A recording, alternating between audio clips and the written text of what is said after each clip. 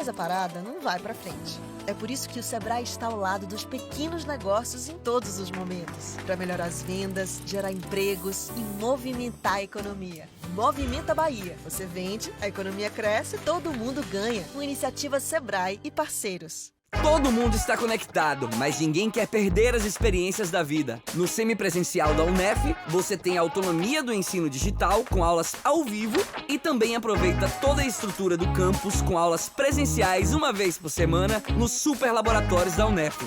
Mas se você quer ter controle dos seus horários e estudar do seu jeito, a UNEF EAD tem aulas 100% digitais com os melhores professores e preços acessíveis. É por isso que tá todo mundo na UNEF.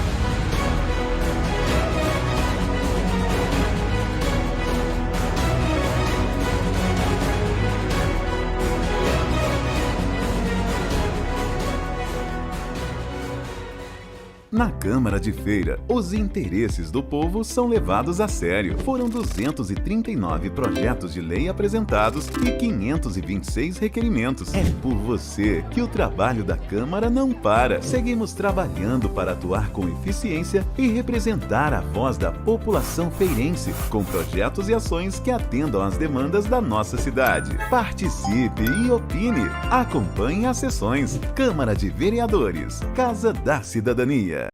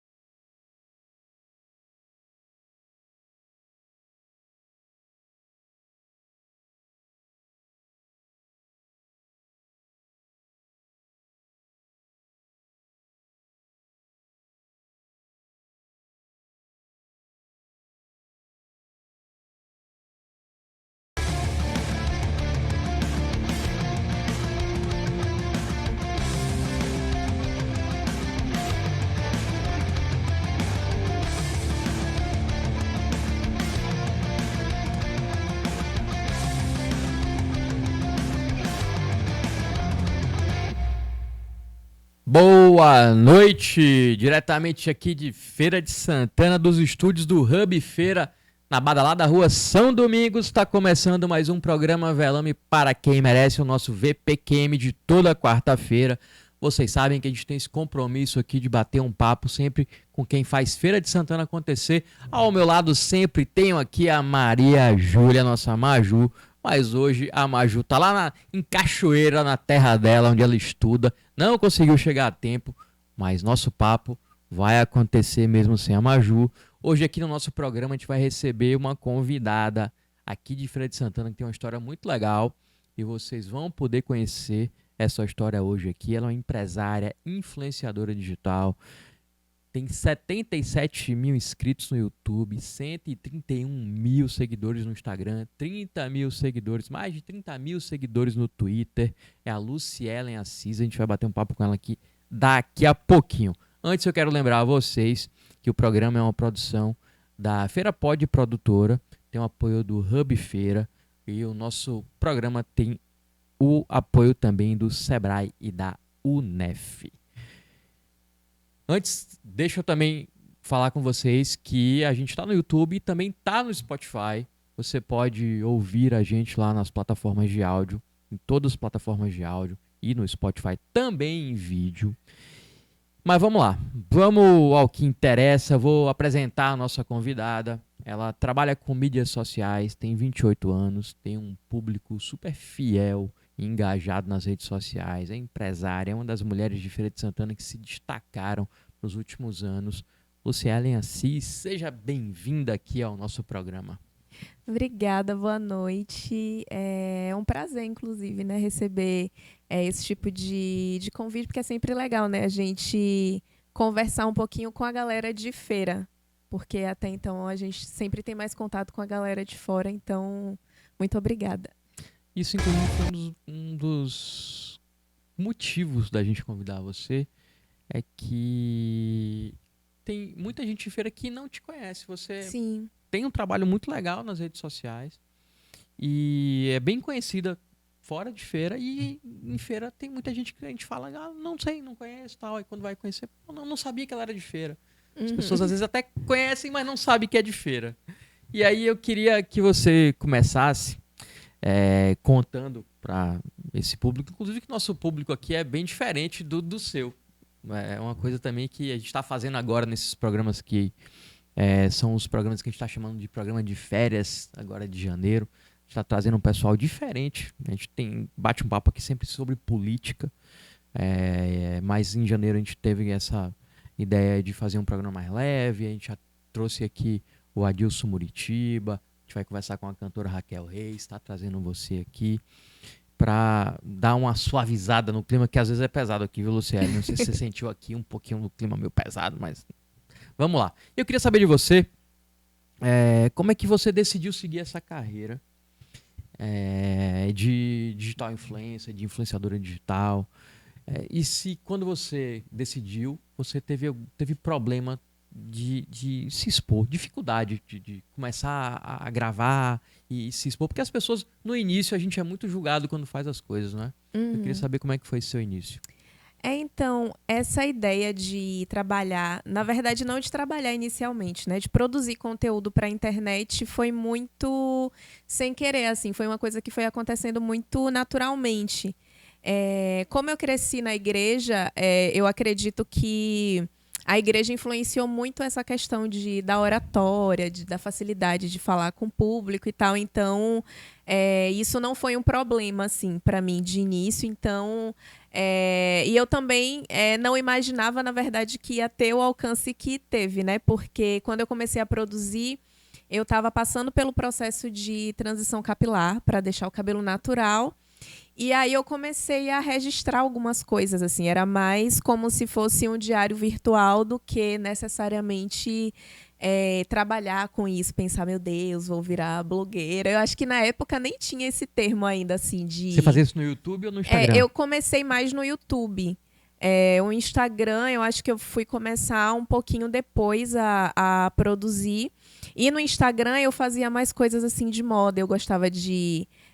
fazer customização de roupa e tal, então eu postava algumas coisas assim. E aí no YouTube eu registrava mais esse processo de deixar o cabelo natural. E aí o público começou, a comunidade, né, começou a ir se desenvolvendo a partir disso. E aí essa questão de trabalho, né, foi começando a acontecer, eu acho que pelo menos uns 3 anos depois, que eu comecei ali por volta de finalzinho de 2013, que foi quando eu comecei realmente a registrar esses processos. E aí, lá para 2015, 2016, foi que eu comecei a entender que dava para trabalhar com isso, né? Começou a ter algum tipo de contato de marcas e tal. Mas no início eu realmente não senti tanta dificuldade, acho que porque eu não comecei pensando em trabalhar com isso, né? Acho que até porque também, logo de início, esse trabalho não era tão famoso como é hoje em dia, né? Antigamente a gente só postava umas coisas assim porque E gostava. ganhava um presentinho, já achava É. ótimo, né? É verdade. Você lembra qual foi a primeira marca que te procurou? Foi daqui ou foi de fora? Foi. Eu não vou lembrar exatamente o nome da marca, mas foi uma moça de Salvador, Mari, que ela entrou em contato comigo para que eu participasse de um evento que ela ia fazer com a marca. Ela não é, na verdade, né, de uma agência de publicidade ou alguma coisa assim. Ela era representante comercial da marca. E aí ela viu meu Instagram e aí achou legal e me convidou para participar de um evento sobre beleza negra, para eu conversar com as meninas e tal. E foi muito massa. E, tipo, ela foi realmente a primeira pessoa de marca, assim, né, que entrou em contato. Era uma marca de cosméticos de cabelo. Porque como eu falava muito sobre cabelo, né, inicialmente, eram essas marcas que entravam mais em contato. E aí eu acho que em 2017 foi que eu realmente comecei a receber contato assim de marcas grandes. Mas realmente. quando essa entrou em contato, você já pensou, pô, dá pra ganhar dinheiro com Sim, isso? sim. Mas era muito doido, né, nesse período, porque eu realmente não tinha noção nenhuma. Assim, eu imaginava que dava, sei lá, para ter recebidos, essas coisas assim, mas não exatamente assim, minha renda vai ser disso, sabe? Profissão blogueira, tipo, eu não imaginava. Então, mas eu acho que foi mais ou menos isso, assim, coisa entre 2016 e 2017. Você tem um estilo cheio de personalidade, né? Uma personalidade muito marcante. Como é que foi esse processo para encontrar o seu estilo?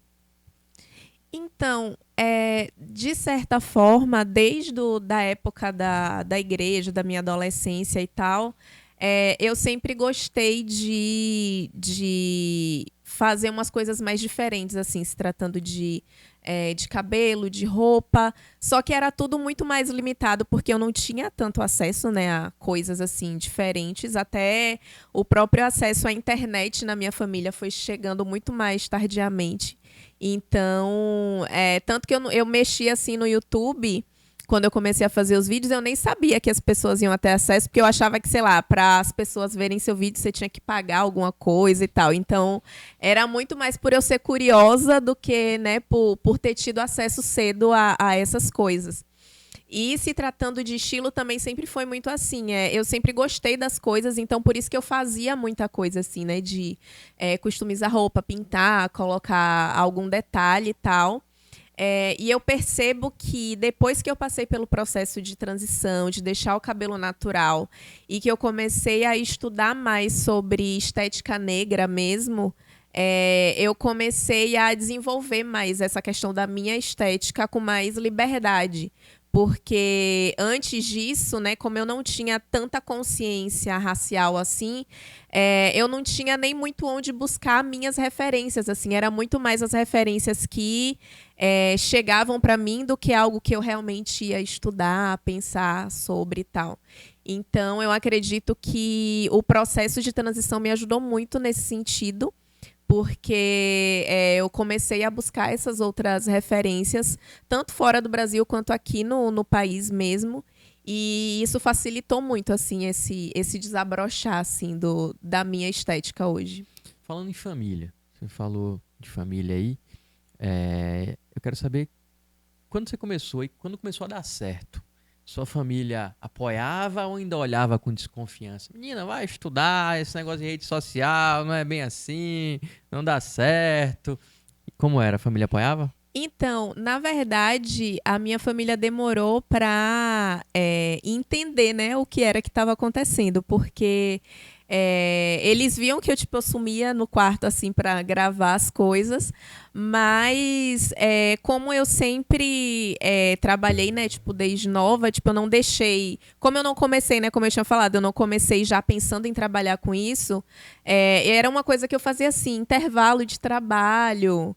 Tinha vídeo que eu editava no trabalho, que eu trabalhei em escritório um tempo, e aí na hora do almoço eu ficava editando, né? Porque o meu notebook não era tão bom, aí eu instalei o editor de Usava do vídeo trabalho. no computador do trabalho, ia fazendo, então... eu não tive tanta dificuldade assim com a família por causa disso. Mas quando a gente recebeu, né? Quando eu recebi o primeiro e-mail assim de contato, de contrato mesmo, que era um trabalho assim longo e tal, ficou todo mundo assustado, inclusive eu, né? Porque aquela coisa assim, a gente não espera que vá ter algum resultado nesse sentido, não esperava.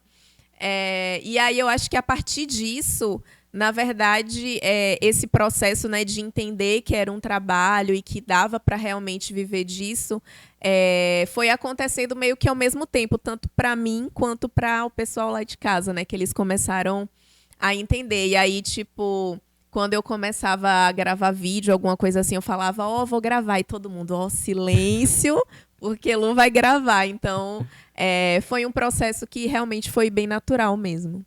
Eu imagino, porque as pessoas... Ainda mais você começou...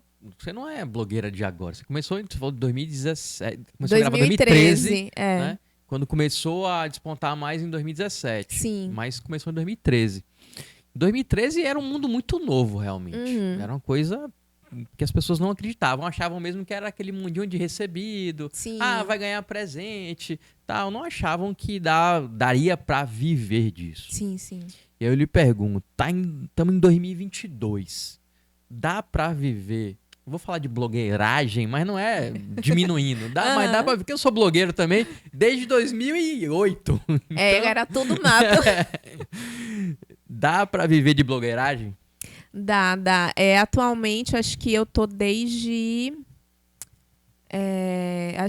2017... Foi realmente quando a minha renda passou a ser do meu trabalho com a internet. Acho que 2017 para 2018, assim, foi quando eu realmente tive noção, assim, olha, dá para ter isso aqui como profissão, né? Então, hoje em dia, acho que desde 2017... eu não tenho outra renda além da renda do trabalho com a internet. E aí agora, atualmente, que eu estou fazendo a Mulungu, né, que é a minha marca de moda, que aí é uma outra renda, mas a renda principal ainda continua sendo do meu trabalho com a internet. Mas você falou que trabalhou em escritório. Sim. Você pediu para sair, para se dedicar a isso?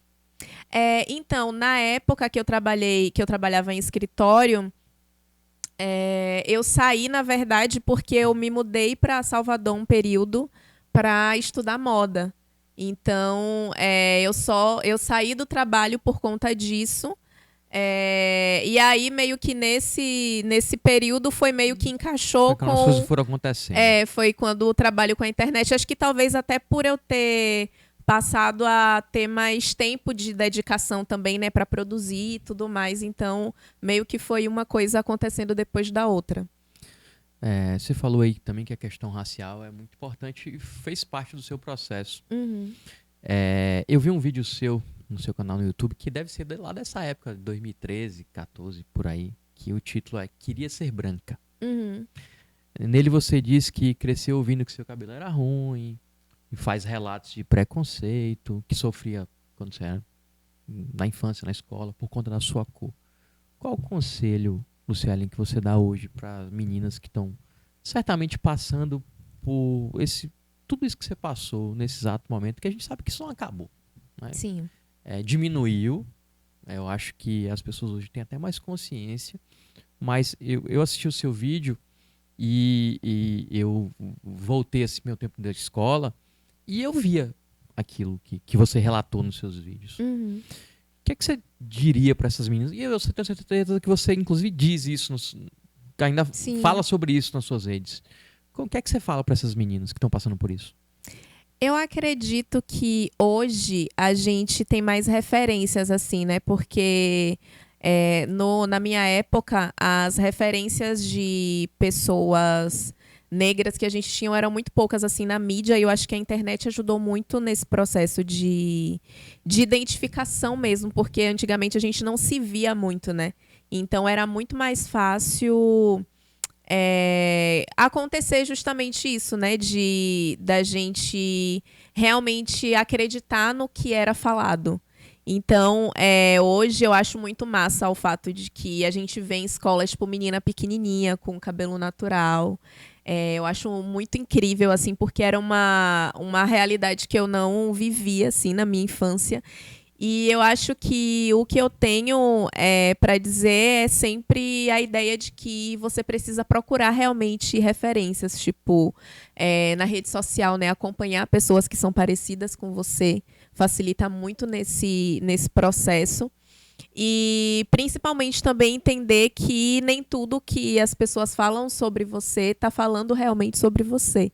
Porque eu acho que, principalmente na fase da adolescência, a gente tem muita dificuldade com isso, assim. Qualquer coisa que alguém fala pra gente, a gente já fica, meu Deus, acabou o meu mundo e tal.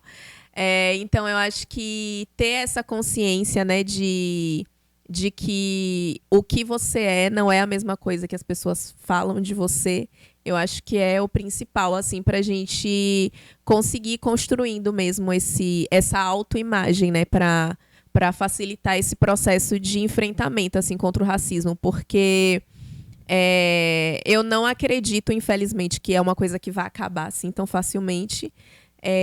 Mas é isso, né? Tem a possibilidade da gente fazer esse enfrentamento e facilitar um pouquinho mais esse processo. Porque você, falando sobre isso, você acredita que você conseguiu atrair meninas que se identificaram Sim. com um caso que você conta, né? Você fazia relatos sobre como era a sua vida na escola. Você acha que isso ajudou a formar esse público hoje que é tão engajado assim nas suas redes? Foram esses relatos de vida real mesmo que você fala? Você conta como você era tratado na escola por conta do seu cabelo, da sua cor, que as meninas não queriam mexer no seu cabelo. Você acha que as meninas assistiam e se reconheciam Sim. nos seus vídeos? Sim, na verdade, a comunidade que eu tenho hoje, né, tem muita gente que é desde esse período assim do YouTube. E eu percebo que a comunidade ela foi se formando justamente por pessoas que iam se identificando assim com as coisas, não só meninas, né, mas tem uma porcentagem também de homens no meu público. E é muito... É massa pela questão, né, da gente conseguir ter essa identificação, mas ao mesmo tempo é meio triste assim, você perceber que tanta gente passa por processos parecidos e processos que não são bons, né? Mas a comunidade que eu tenho é muito voltada, né, é muito voltada não, é muito formada, né, por pessoas que passaram por experiências assim. E eu acredito que isso facilita muito também no processo do engajamento que a gente tem hoje, né? Porque meio que a gente vai formando mesmo um grupo de amigos, assim. É todo mundo muito próximo. Então, tipo, tem seguidoras daquele período que são minhas amigas hoje, assim. Então, de certa forma, foi um processo legal, porque não é necessariamente, tipo, eu e o público, né? É realmente uma comunidade ali. Aquela ideia da época do Orkut, né? De comunidade, de pessoas e tal. Eu acho que é meio que essa mesma pegada. Tipo, aquelas comunidades, odeio acordar cedo. Essa eu fazia parte. Ô, Luciele, durante as fases mais intensas da pandemia, você era uma das influenciadoras, das poucas, inclusive, que defendia máscara, distanciamento social, estava lá defendendo a ciência. Isso fez com que alguns seguidores seus se afastassem ou não? E como é que foi esse processo de produção de conteúdo durante esse período de pandemia? Então, eu não percebi muito uma galera se afastando por conta disso. Na verdade, tiveram pessoas que acharam legal, né, esse fato de eu realmente ter feito a quarentena. Inclusive, fiquei com várias deficiências, tipo vitamina D e tudo mais, que eu realmente fiquei trancada em casa nesse período. E para a produção de conteúdo, eu não tive tanta dificuldade assim inicialmente, porque o conteúdo meio que é feito em casa mesmo, né? Então foi mais tranquilo. E no geral, eu acredito que a comunidade recebeu muito bem, e eu acho que muito porque a sua comunidade reflete muito você, né, de certa forma, porque é aquela coisa de pessoas que têm pensamentos parecidos acompanhando. Então, nesse sentido, eu acho que foi até tranquilo, assim, tipo, a gente recusou algumas publicidades nesse período, porque tinham ainda, né, tipo, alguns locais que estavam funcionando e queriam fazer alguma publicidade, né, externa e tal. Então a gente precisou dar uma brigada, assim, e dar algumas recusadas. Mas eu acredito que no final das contas valeu a pena, assim, né? Porque realmente não fazia sentido.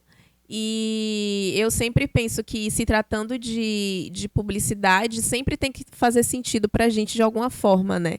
E eu acho que o trabalho do influenciador é influenciar para coisas positivas, né? Então, tipo, não teria por que, na pandemia, eu fazer um conteúdo externo, sendo que aquilo não era a realidade do país no momento. Então, eu acho que eu tive bastante sorte nesse sentido do meu público ser muito tranquilo, assim. Então, foi de boas. Inclusive, eu acho que para a galera que trabalha com essa produção de conteúdo, a pandemia, de certa forma, foi até boa, porque você ficava em casa e conseguia até produzir mais, se dedicar mais a essa produção de conteúdo. Acho que muita gente cresceu na pandemia por conta disso. Tava todo mundo em casa, então você tinha audiência, porque o pessoal estava em casa para consumir o que você produzia, e o pessoal começou a produzir bastante. Tanto é que surgiram muitos novos influenciadores por conta da pandemia, e quem já tinha um trabalho, fazia um trabalho legal, também só cresceu. Falando ainda nesse seu trabalho de influenciadora, você considera que Feira te abraçou quando você começou, ou você sentiu que as outras cidades, o resto do país, foi mais receptivo ao seu trabalho? Então, na verdade, até hoje eu faço, né, muito pouca coisa da cidade, assim. Eu acho que marcas locais eu não consigo, assim, me recordar de nenhuma. E os contatos que a gente teve com marcas que estão aqui na cidade, na verdade, foram, né, contatos externos, né, de agências de outros estados. E aí, meio que a marca foi meio que um ponto, né, de encontro por ter aqui na cidade. Mas, no geral, eu acredito que para um influenciador aqui em Feira, a gente ainda tem muita dificuldade nesse sentido com as marcas, talvez porque a cidade ainda não entenda como é que funciona essa área, né? Eu acho que aqui em Feira talvez ainda tenha muito aquele conceito do início das blogueiras, né? De recebidos e tudo mais. E aí, como isso se tornou um trabalho, as empresas aqui não estão dispostas a pagar pelo trabalho. Então, sempre tem essas dificuldades se tratando disso. Atualmente, né, que começam a aparecer algumas coisas assim, tipo, uma galera da cidade começa a me conhecer, mas ainda assim eu percebo que tem essa dificuldade, mas eu creio que seja justamente pelo marketing digital tá começando a despontar ainda, né, aqui. Eu vejo o pessoal que trabalha com esse tipo de conteúdo, de trazer influenciadores para usar para divulgação de marcas, eles trabalham de uma forma muito amadora. É o que eu vejo do formato. Justamente por isso eles querem que a influenciadora que vive disso faça uma propaganda por um presentinho que eles mandam, por um convite para ir para uma festa. Então eles não enxergam, muitos que eu vejo aí, não enxergam a influenciadora como um trabalho que elas precisam ser remuneradas para isso. Sim. E às vezes você cobra e eles acham caro, acham ruim. Sim. É porque você tá cobrando pelo seu trabalho. Mas eu só queria que você fosse lá. Tá, mas isso é o meu tempo, é o meu trabalho, eu vou divulgar a sua marca. E eles não conseguem entender. Eu vejo que feira precisa evoluir bastante no tratamento com os produtores de conteúdo. Você já fez publicidade para Vivara, Tramontina, Netflix, né? TikTok, YouTube. Então, resultado eu acredito que você dá para as marcas que você trabalha. E por isso que eu não entendo por que as marcas de feira, que é onde você nasceu, sua cidade, onde você está, não conseguem, não é nem reconhecer, que eu acho que até eles reconhecem que você é uma boa influenciadora. Sim. Só que eles preferem, às vezes, pagar por uma de fora, Sim. que talvez entregue até menos do que você, porque existe esse não sei se mal é a palavra, mas essa coisa enraizada de quem é de feira, de não valorizar quem é da cidade. Na verdade, isso eu percebo até talvez seja pelas pessoas não imaginarem, talvez, que vai existir alguma coisa com qualidade na própria cidade, né? E eu percebo muito isso quando as pessoas daqui da cidade me seguem e acham que eu sou de qualquer outro lugar. Fala, achei que você era de São Paulo, né? Olha o meu sotaque. Eu nem tenho o sotaque, assim, sei lá, de São Paulo pra acharem, né, que eu sou de lá. Mas é isso. Eu acredito que é um processo que talvez seja um pouquinho demorado, assim, de acontecer justamente pelas marcas demorarem a entender mesmo como é que funciona esse trabalho. Eu acho que ainda tem muito para caminhar aí nesse sentido, porque apesar da gente já ter isso, né? Tipo, de eu já trabalhar com isso desde 2017, ainda é muito recente, né? Tipo, é um tipo de trabalho ainda muito recente. Então, as pessoas têm uma certa dificuldade mesmo de ter, principalmente por ser na internet, né? A galera não leva tão a sério assim como um outro trabalho. E até hoje, né? Porque tudo é na internet, tudo Sim. é por conta da internet, e as pessoas ainda enxergam de uma forma, não, é coisa de internet, acho que só vai pegar o celular, se filmar e tá. Não, é só isso que ele tem que fazer. Né? As pessoas ainda enxergam desse jeito. Você tem umas publicidades super criativas no seu Instagram. Obrigada. E eu sempre falo isso quando alguém me pergunta, não, mas quem é a influenciadora que você acha de feira? Eu falei, tem uma menina, aí falo de você. E as publicidades delas são sempre diferentes, não é só aquele negócio de, tô aqui em tal lugar fazendo isso. Eu sempre cito você como exemplo. Obrigada. Como é que você faz essa criação? Você tem uma equipe? Você faz tudo sozinha? Como é que funciona?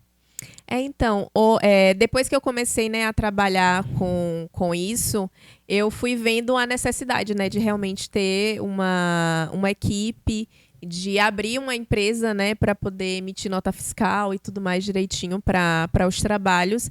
Então, hoje a gente tem uma equipe, eu tenho Tiali, que é minha designer, tem Hanna também, que fica ali no audiovisual. Tem Daniel, né, que está me acompanhando, que ele também trabalha comigo mais nessa questão do contato mesmo com as outras marcas.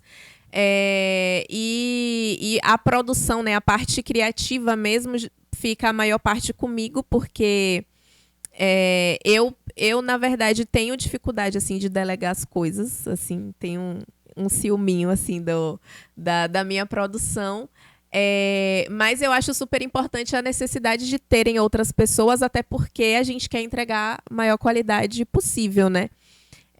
Mas essa parte assim das ideias, a gente conversa muito com as marcas também, né? Quando chega alguma sugestão de publicidade, a gente costuma fazer um roteiro bonitinho, né? Com as ideias que vão surgindo e aí vai construindo junto com a marca para chegar em uma coisa legal. Mas eu costumo dizer que eu sempre penso no tipo de publicidade que eu gostaria de assistir, assim, o que eu acharia muito massa se eu visse alguém fazendo. Porque, de certa forma, o trabalho é para quem acompanha, né? Tipo, é para o público. Então, acho que a gente tem que pensar um pouquinho também como público na hora de produzir. E é isso, tipo, hoje a gente tem quatro ou cinco? Hannah, Dan, Tiali. Não, são quatro. São quatro pessoas. E tem o contador também, enfim, a gente tem a empresa.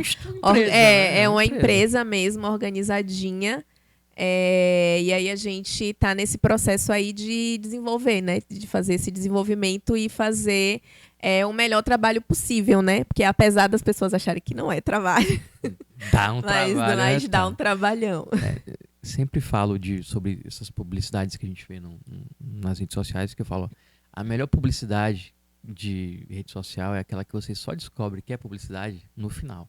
Uhum. Porque você prende a atenção da pessoa. E aí, quando essas marcas te procuram, por exemplo, Netflix te procura, ela já te manda o que você tem que falar ou você cria? Você falou, a gente conversa tal, e vai chegando a um denominador, ou você aceita quando, você tem que falar isso aí? Ah, não. Normalmente, ele já tem uma ideia, né? Quando a marca entra em contato, normalmente é porque tem alguma campanha específica, né? Algum produto específico que eles querem divulgar. E aí, eles têm um briefing, né? Que a gente chama de briefing na publicidade, que é mais ou menos a ideia do conteúdo que eles acham que seria legal produzir, tem a quantidade de postagens que precisam ser feitas e tudo mais. E aí, a partir disso, né, dessa ideia é que a gente vai desenvolvendo como vai ser a publicidade, porque isso depende muito também do formato, né? Porque às vezes eles querem, sei lá, para o YouTube, às vezes é para o Instagram, às vezes é para o Pinterest. Então, a gente vai ajustando de acordo com o formato, né? Com a plataforma. E aí o processo assim mais criativo fica comigo mesmo.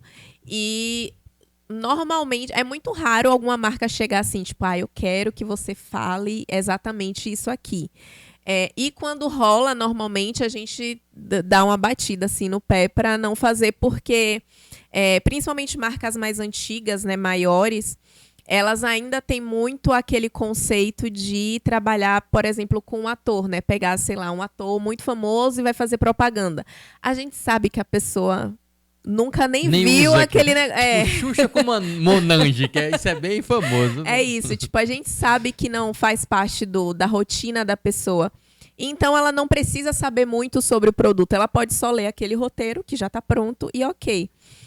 Só que na publicidade com criador de conteúdo, né, com influenciador, você está comprando a imagem daquela pessoa que não é um ator, uma atriz, né? É uma pessoa que mostra a vida dela.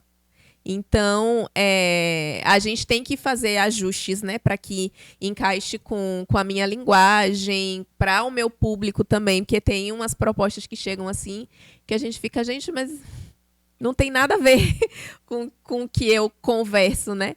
Então, é basicamente isso. Tipo, a gente sempre tenta deixar o mais pessoal possível. Você está em todas as redes sociais? Você falou de Pinterest também. Eu falei que você tem Twitter, Instagram, YouTube. Você está também no Pinterest, TikTok? Sim, TikTok. O Facebook que tá, né? Tadinho. O Facebook tá lá. A gente ele acha que tá morrendo, mas ele tá bem vivo lá. Só que com outros conteúdos, assim, sim, uma coisa sim. mais... Eu acho que são todas essas. Eu acho que eu só não tô nessa mais recente. No cu. Sim, que é do... do indiano lá. Eu acho que eu só não tô nessa ainda. E tem o Be Real também, né? Agora, que é o só de fotos. Que é da hora. Isso, que é só foto, tipo, na hora que ele notifica e tal. Eu tô também lá no Be Real. Mas, assim, rede usando como ferramenta de trabalho Pinterest, Instagram, TikTok... e Twitter e YouTube. Só isso. É muita coisa para dar conta. Cada rede é um conteúdo diferente? Rapaz, eu acredito que talvez sim, pelo formato, né, de cada uma das redes. Mas, no geral, acaba sendo tudo muito parecido. Assim, é meio que São fragmentos diferentes da mesma pessoa em formatos diferentes, né? No Twitter, eu uso como para trabalho muito mais esporadicamente, assim. No Twitter eu fico mais só reclamando da vida e tal, essas coisas. O Twitter foi feito para isso. O Twitter é um lugar de desabafar. É mais esporadicamente, assim, que a gente usa como ferramenta de trabalho. E eu acho que o que muda é realmente o formato mesmo da produção. No Instagram e no TikTok acaba sendo um pouco mais parecido, até por ser, né, tudo na vertical e tal. E os conteúdos serem mais rápidos, né, serem muito parecidas hoje as redes. Mas no YouTube é mais aquela ideia dos vídeos mais longos e tal, né? Mais tutorial, né? Isso, exato. E Luciele, você, né, depois do sucesso nas redes sociais, resolveu virar empresária, dona de loja de roupas. Sim. E como é que foi que nasceu essa empresária aí? Então, desde que eu comecei, né, a chegar nessa fase, assim, de pensar em trabalho e tudo mais, né, antes desse processo da internet, eu sempre tive em mente que eu queria trabalhar com moda, né, tanto que eu fui para a faculdade de moda, tipo, sempre pensei em trabalhar com isso. Só que aí nesse meio tempo veio a internet e deu uma, né, meio que eu não deixei de trabalhar com moda, mas não foi o trabalho que eu tinha pensado em fazer. E aí eu comecei a pensar mais na marca, né, nos últimos anos. E eu acho que foi até legal ter dado essa pausa, porque a gente tinha falado no começo, né, dessa questão da construção da minha imagem, da minha estética. Então, isso foi legal porque eu comecei a marca justamente quando eu já estava mais madura nesse sentido, né, entendendo mais quais eram as minhas referências. Mas eu sempre fiz umas coisinhas assim, tipo, eu acho que em 2016, 2015, por aí assim, eu já fazia uns negócios, tipo, eu gostava de usar gravata borboleta, então eu fazia umas gravatinhas e vendia. Tipo, eu sempre tive essas coisinhas assim. E aí eu aproveitei, né, essa questão de que eu já tinha a visibilidade da internet para começar a fazer a marca, né? Então, foi meio que o renascimento de um sonho que tinha ficado meio adormecido, assim, durante esse processo. E se tratando, né, de ser empresária, eu já tinha me tornado antes da marca de roupa, né? Porque a gente precisa fazer a abertura da empresa e tal, né? De marketing direto por conta dos trabalhos com internet. Porque ainda tem isso, né? Tem muita gente que não tem muita noção nesse sentido, né? Mas a gente que trabalha com isso, a gente precisa ter empresa registrada. Tem que tirar nota fiscal. Tem que emitir nota fiscal, tem que pagar o imposto ali bonitinho para poder receber, porque senão a gente não recebe. Essas empresas grandes só pagam com nota fiscal. Exatamente. Então, esse processo, né, de me tornar empresária já foi acontecendo aí. E aí eu já, né, depois que eu já peguei um pouquinho mais de experiência, eu comecei agora a Mulungu, né, que é bem novinha ainda. A gente está no desenvolvimento da segunda coleção. É você que faz os outros? Sim, sim. Sou eu que faço os desenhos. E aí eu tenho Maninha, que é modelista industrial, então ela faz todas as modelagens. A gente vai fazendo os testes aí para fazer com que a roupa, né, fique confortável e tal. E aí toda a nossa produção é local também. Tipo, as costureiras, a gente contrata as daqui da cidade mesmo, os modelos, todo mundo é a galera daqui.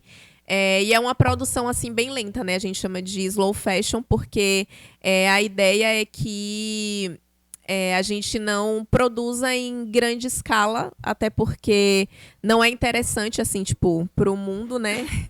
E a ideia é justamente ser uma produção lenta e que seja o mais acessível possível para todo mundo e com preço justo, inclusive, para os trabalhadores, né? Porque na indústria da moda a gente tem um problema muito grande de superfaturamento E em contrapartida tem essa questão da exploração, né? Manhã foi costureira há muitos anos, então eu via muito isso, assim, dela receber 25 centavos para costurar uma peça de roupa.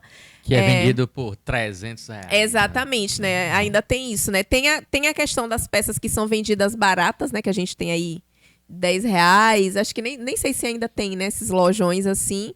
Mas ainda tem essa questão, né?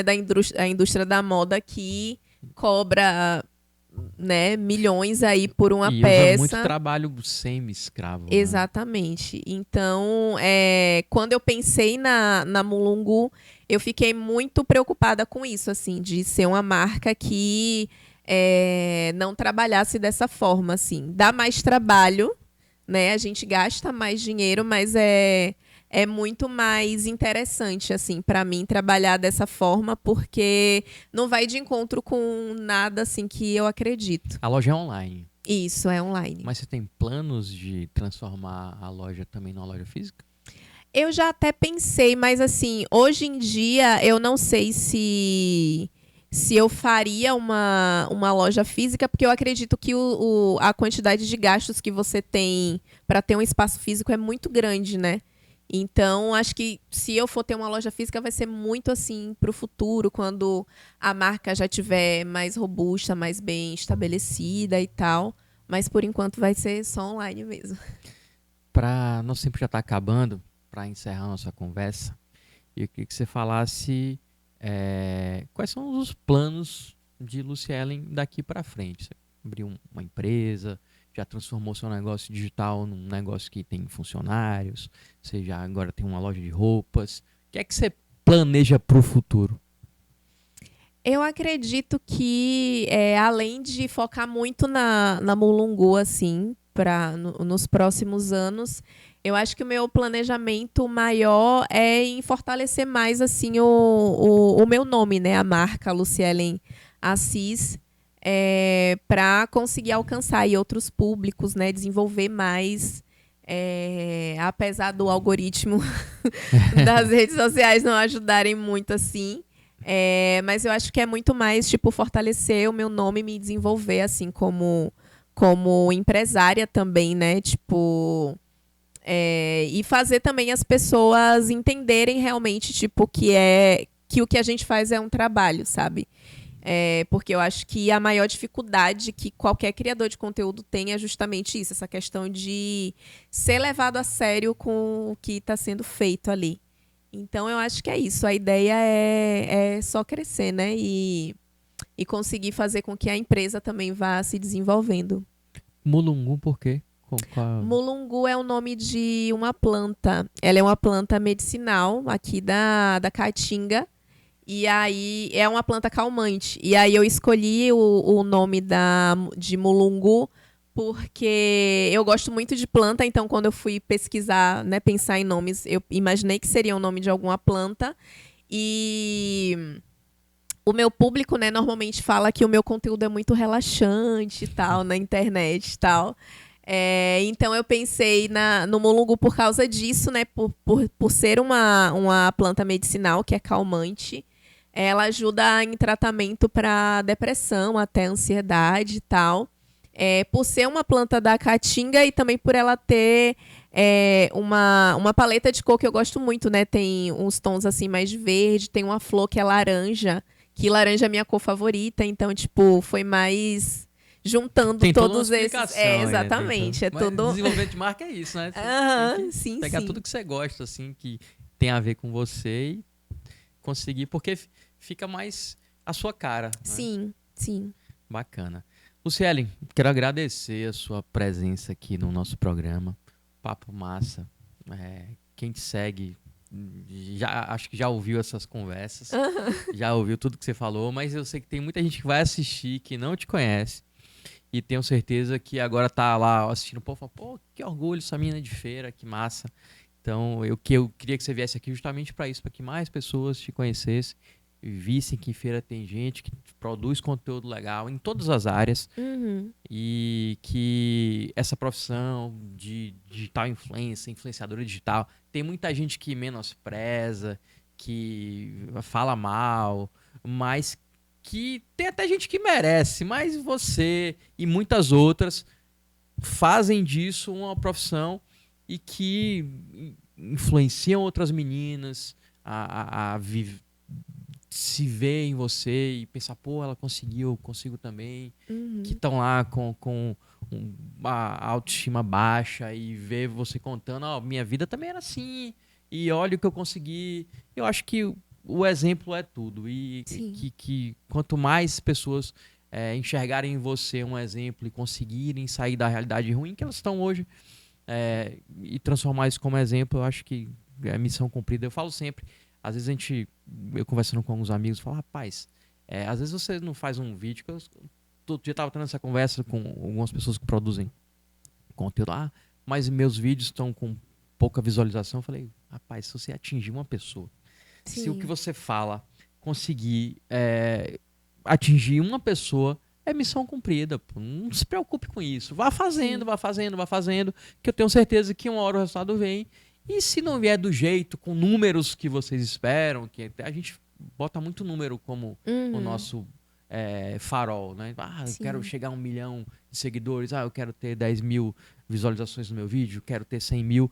Mas às vezes, quem pensa assim, eu acho que não consegue chegar lá. Sim, inclusive falando, né, sobre essa questão de números, tem uma coisa que eu acho muito massa do YouTube, né, que quando a gente vai chegando em novas marcas, eles fazem uma parada que é humanizar esses números. E isso faz com que a gente tenha uma noção de que as coisas são muito maiores do que a gente imagina, né? Eu lembro que quando eu cheguei a 10 mil inscritos no YouTube, aí eles mandaram um e-mail, tipo, parabenizando e tal. E aí eles falaram, tipo, a quantidade de pessoas que te acompanham iam lotar tal lugar, sabe? Tipo, fazendo comparações assim para você visualizar pessoas ao invés de visualizar os números. E eu acho isso muito interessante justamente pelo que você falou, né? Tipo, não precisa ter milhões e milhões de pessoas para que o seu conteúdo seja relevante. Porque é como ele vai impactar alguém de alguma forma. E até se a gente for falar profissionalmente, né, nesse sentido, você não precisa ter milhões de seguidores para que a sua pauta seja relevante, que seu nome seja relevante no nicho, né, que você escolheu. E eu acredito que eu sou um exemplo nesse sentido, né, porque eu não tenho, tipo, milhões e milhões de seguidores. A minha conta é considerada até pequena, assim, em comparação com outras que a gente tem no país, mas eu tenho relevância no meu nicho, né? Eu tenho relevância de, tipo, o Instagram já trabalhou comigo, tipo, a rede social entrou em conta. Exatamente, né? Justamente. Então, não é sobre números, né? É sobre a potência que você está colocando ali no seu discurso e como ele está impactando a vida de outras pessoas. Isso é fundamental, que o próprio produtor de conteúdo entenda. Sim. Uma vez a gente fez um programa aqui que eu acho que deu umas 20 pessoas online. A gente faz ao vivo, geralmente, e aí tinha umas 20 pessoas online. Depois algum amigo meu comentou, pô, eu assisti, mas estava fraco, tinha só 20 pessoas assistindo ao vivo. Aí eu falei, pô, você consegue juntar 20 pessoas para você falar? Sim. Não consegue. 20 pessoas é muita gente. Na minha conta é muita gente. Sim. Entendeu? Porque eu pegar um cara pra parar quarta-feira de noite, pra uma coisa que ele pode assistir qualquer hora, que vai estar lá no YouTube, então ele não precisa assistir ao vivo. Uhum. E ainda assim, ainda tinha 20 pessoas me assistindo. Pô, que massa, velho. Eu consegui convencer 20 pessoas a me assistir. Pô, pra mim tá ótimo. E aí a gente trabalha para que esse número vá crescendo ao longo da semana, que as pessoas vão assistindo. Porque quando a gente pensa só no número, eu acho que a gente já faz tudo errado. Tem que começar a pensar no conteúdo. Vamos fazer um conteúdo legal aqui, que as pessoas assistam em qualquer tempo, a qualquer hora, e que o que a gente conversou aqui atinja ela de alguma maneira legal, seja um bom exemplo, seja ela aprenda alguma coisa com que ela assiste aqui. Uhum. Então, dito tudo isso, eu queria agradecer. Tenho certeza que quem assistiu, quem vai assistir, gostou de te conhecer. Eu espero que você chegue lá no 1 milhão. Não é o importante, mas que você chegue e alcance mais gente para ver o conteúdo legal que você cria. Muito obrigada também pelo convite. E é isso, né? Muito massa, tipo, ver a galera de feira, assim, né? Tipo, conhecendo a gente e tal, e que pessoas novas também cheguem, né? Porque aqui em feira também tem uma galera muito massa, assim, que produz umas coisas muito legais, bem relevantes. Então, é isso. Muito obrigada pelo convite. Então é isso aí. Valeu, inclusive. Tem muita gente que produz coisa legal aqui. Inclusive aqui onde a gente está agora, no Hub Feira. Se você quiser conhecer gente que produz muita coisa legal, faz uma visita aqui no Hub Feira que você vai conhecer um monte de empreendedor, um monte de gente massa que está produzindo muita coisa boa, não só para feira, viu? Para o Brasil todo e para o mundo. É isso aí, valeu, até quarta-feira que vem, 19 horas, aqui no nosso canal, para mais um VPQM com a Maju, viu? Acho que a Maju volta na semana que vem, se Deus quiser. Ela não se perdeu lá por Cachoeira. Boa noite para quem merece.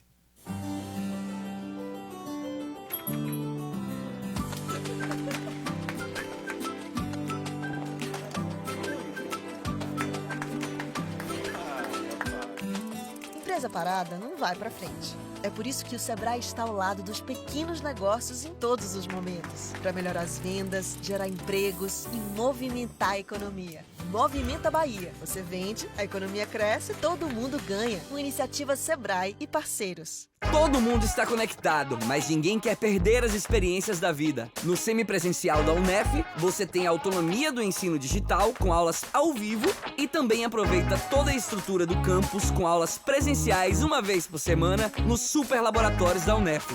Mas se você quer ter controle dos seus horários e estudar do seu jeito, a UNEF EAD tem aulas 100% digitais com os melhores professores e preços acessíveis. É por isso que tá todo mundo na UNEF.